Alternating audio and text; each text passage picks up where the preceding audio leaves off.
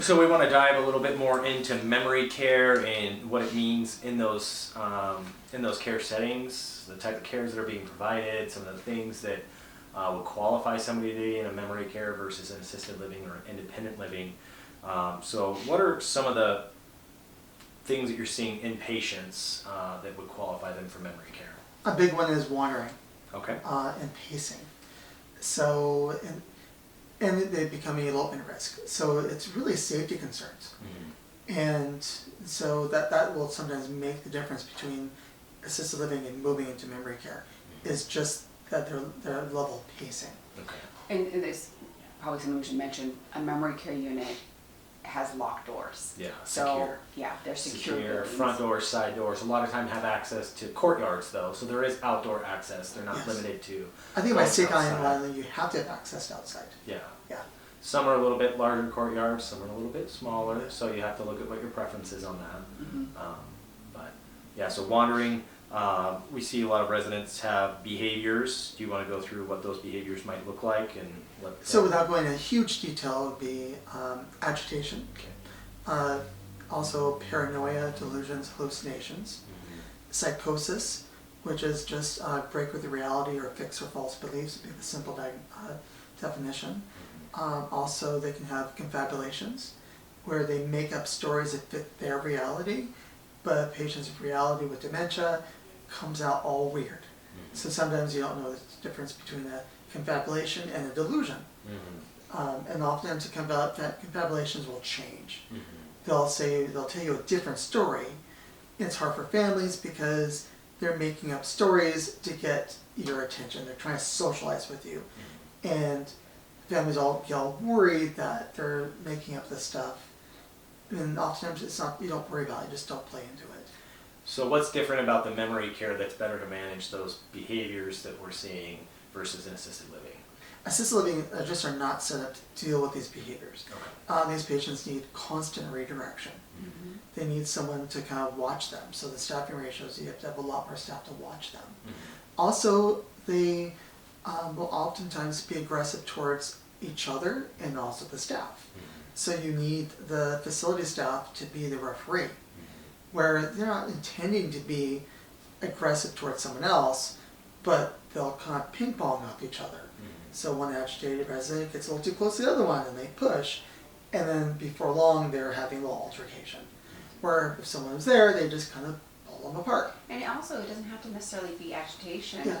We see some people that are just affectionate or just don't have personal boundaries. Yes. Thinking of a couple people that we have right now that there just is no boundary, and they're not being unkind. They're just like, if this person were to walk in here, would just kind of sit down next to you and just really be close. Well, Or they'll come over and give you a big giant hug, Yeah. which is fine.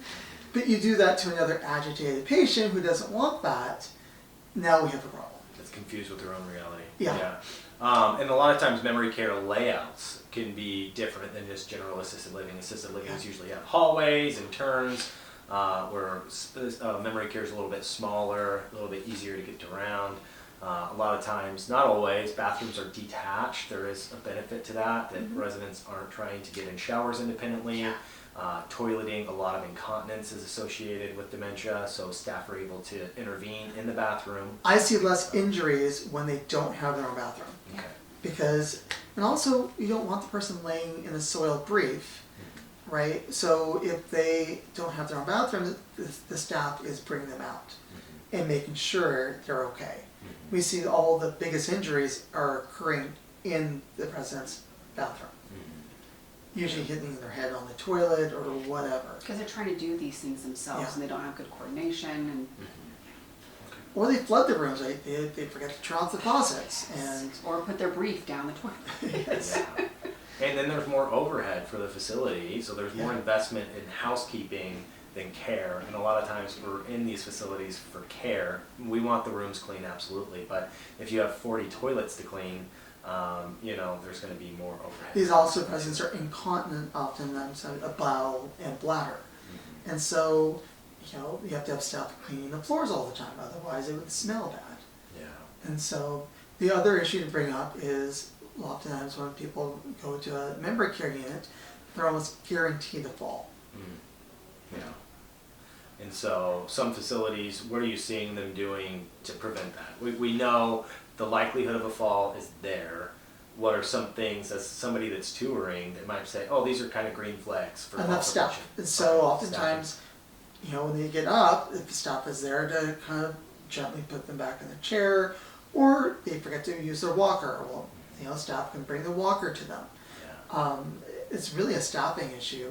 But that said, when these patients are alone in their own room at night, they end up falling. Yeah. There's no way of making it 100% so they don't fall. Almost every patient in the memory care unit will fall at some point. Okay.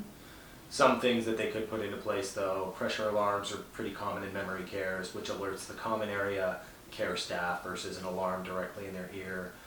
Pull away alarms would be like the next step if they're falling more frequently and we're trying to prevent injury.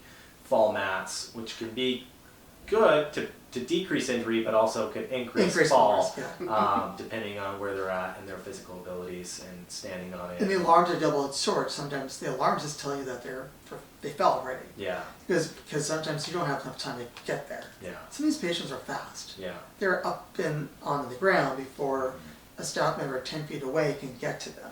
Yeah. Yeah. So Safety checks are probably one of the biggest fall prevention tactics, Yes. and ensuring that they're comfortable, they have what they need, that they're being toileted on a regular basis. A lot of times incontinence causes the fall because they're attempting to get up or they're uncomfortable. You know, if they are thirsty, they might try to get up and get their own drink or something and cause a fall. So, and there's a whole safety versus independence debate, which is a whole other topic, but absolute safety means we tie them down their bed, they can't do anything. yeah.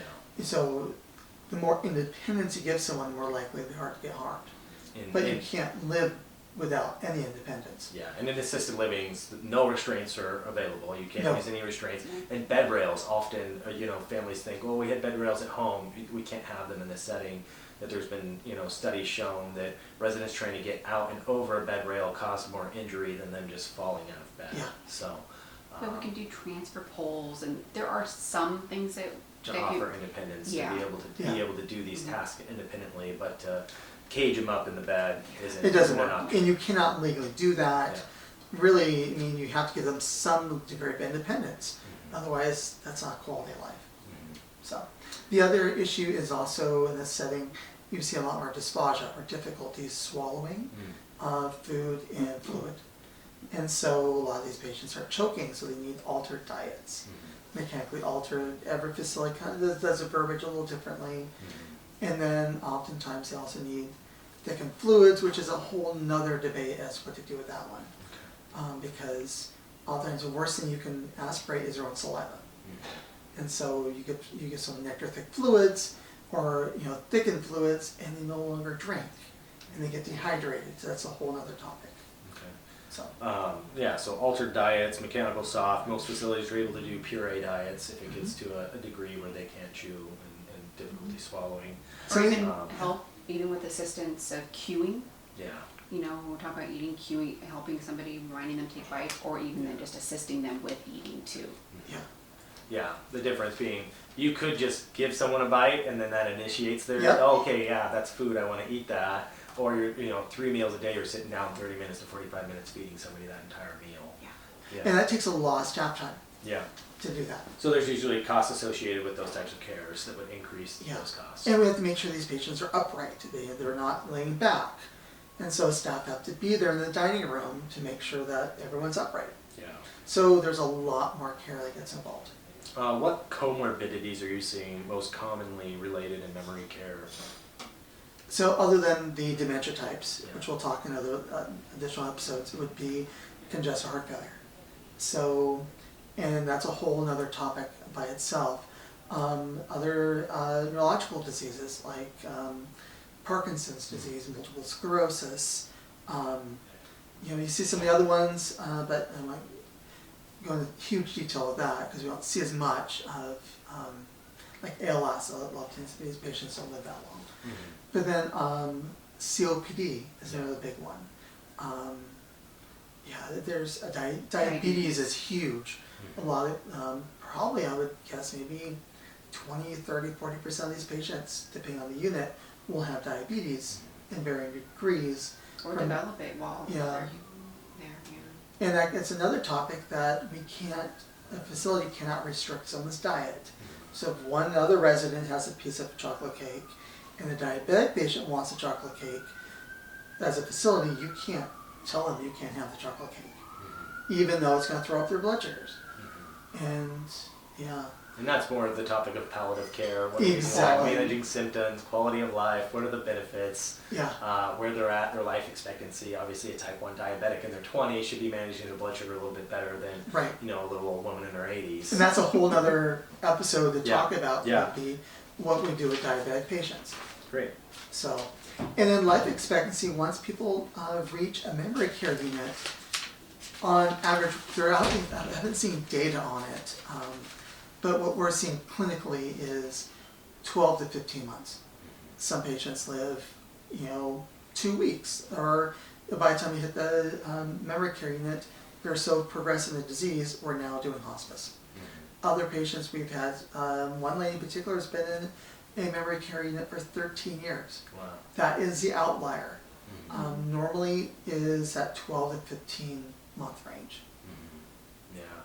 Is there a variance in if somebody knows the type of dementia that they have? Definitely. Or that would vary very significantly Yeah. in that Yep. case of things. This would be probably more standard Alzheimer's. Yeah. Yeah. So in our memory care units, we're generally seeing, I think, I would love to do like a data and see what percentages each one is going to be. Yeah. I would say a lot of it is going to be your Korsakoff psychosis, which would be from drug and alcohol abuse. It's going to be your younger patients as well.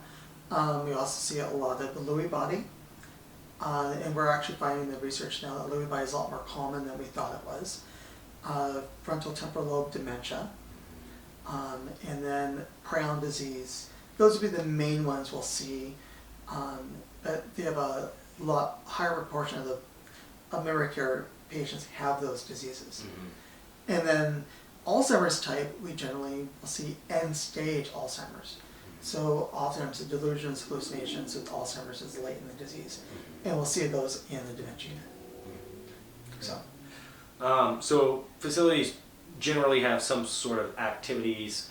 What are you seeing participation-wise with residents that have this It's diagnosis? really hard to get patients who are agitated to participate. Once they're in a memory care unit and they have severe dementia, their attention span is so short, it's hard to get them to attend or participate.